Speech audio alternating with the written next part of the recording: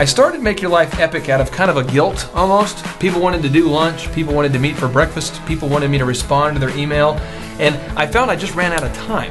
I have 5 great kids, beautiful wife, and 10 different businesses I manage, and it just became impossible to meet all these people for lunch unless I was eating lunch 12 days a week, and there's only 5, so it didn't work out too well. At Make Your Life Epic, entrepreneurs and aspiring entrepreneurs can find the absolute best business resources available. If you're looking for business coaching, you want someone to fly out or come out to your business and work with you hands-on, you can do that. Website optimization training, sales coaching, motivational training, information on how to form an LLC, how to get properly insured, how to account for things properly. It's all here at Make Your Life Epic. You can start living a life of abundance and start pursuing your dreams right now. All you need to do is contrast where you want to be versus where you are. And we're going to teach you the action steps to get there starting right now.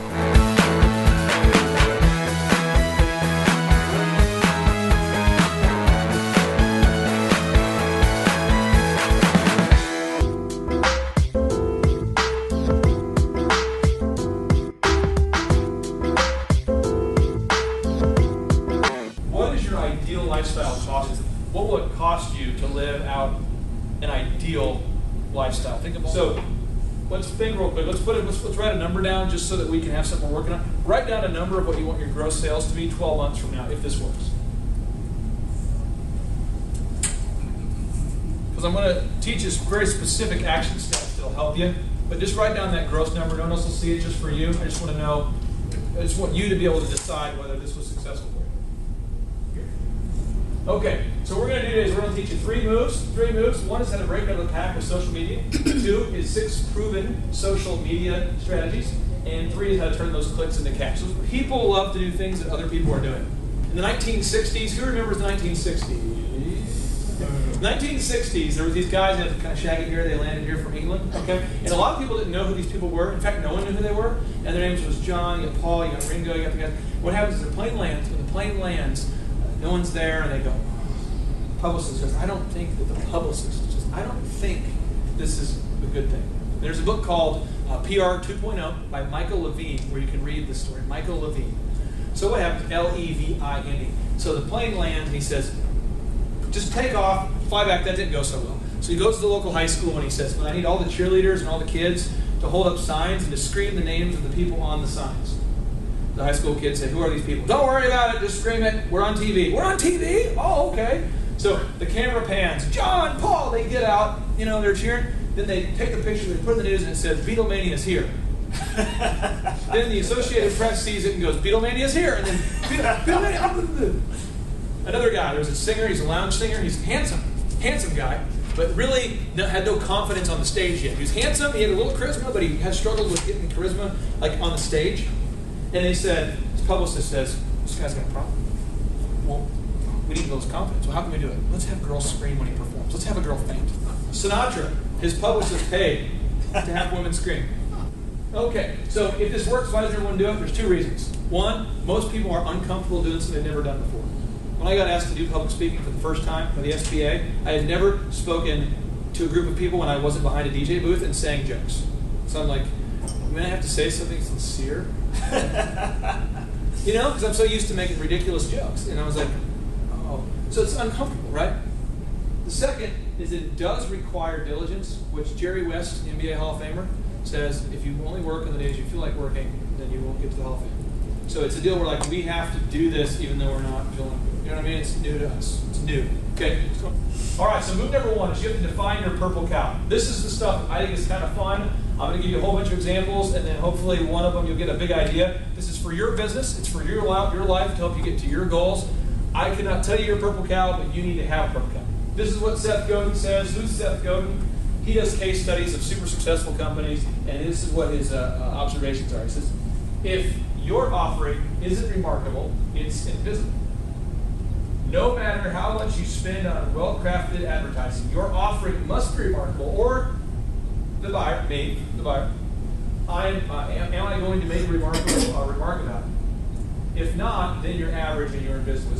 Am I going to make a remark about it? Am I going to comment on it? Think about in your business, what is something you could do I'm going to show you 3 other people today who are absolutely financially hitting home runs, who are not doing anything differently than all the things you already do, and then doing these new things. They're just added a couple new things, and that's how they're making their money.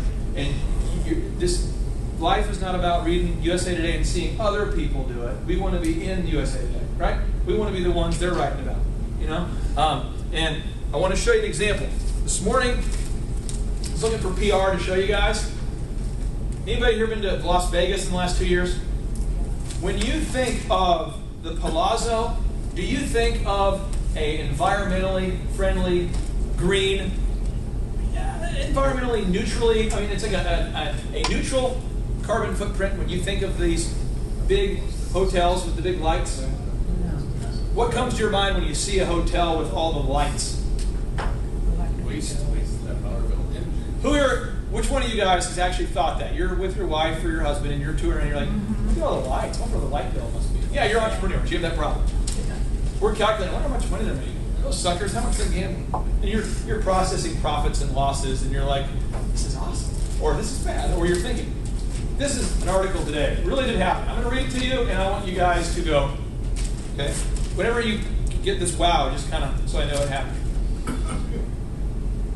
The 50-story complex achieved an unlikely and lucrative milestone after opening in 2008. The Palazzo, a powerful organization, was declared, or a powerful private organization declared the Palazzo an environmentally friendly green building. The world's largest at the time. In fact, they won a $27 million tax break over a 20-year period for including the following things: bike racks, a room card that tells guests when towels to be replaced, landscaping that does not use grass, which local laws prohibit anyway, and a preferred spot for fuel-efficient cars. So I ask you... $27 million for that. Yep. Here's the deal. Here's companies that grew, and we're going to get through it. Tom's Shoes. Who here has bought Tom's Shoes or knows what Tom's Shoes is? Sir in the back. What does Tom's Shoes do? You buy one pair of shoes, they send a pair of shoes to some country underprivileged, somebody who doesn't have shoes. My daughters will buy nothing but Tom's because of that. Okay, that's example number one. How much have they spent on advertising? Zero. Was that the idea that they used before they became famous? Or did they become famous first and then come up with that idea? I never heard of it until my oldest started buying Tom's, and she heard about it from another friend, and I don't think I've ever seen them advertised. That's right. The owner of the company, buy in the stores. the owner of the store came up with the idea from the very day one, for PR reasons, and because he sincerely cared about kids, that they, for every time they sold a shoe, would give a pair away. No advertising. Okay? Another example. 2 college kids wanted to start a restaurant. They both liked golfing. But both of them didn't like waking up before noon because they were usually drunk. They started a restaurant. This restaurant was struggling. They decided, you know what? We need a purple cow. People like yourself coming up with an idea. They said, bro, what if we had like an Australian theme? Why?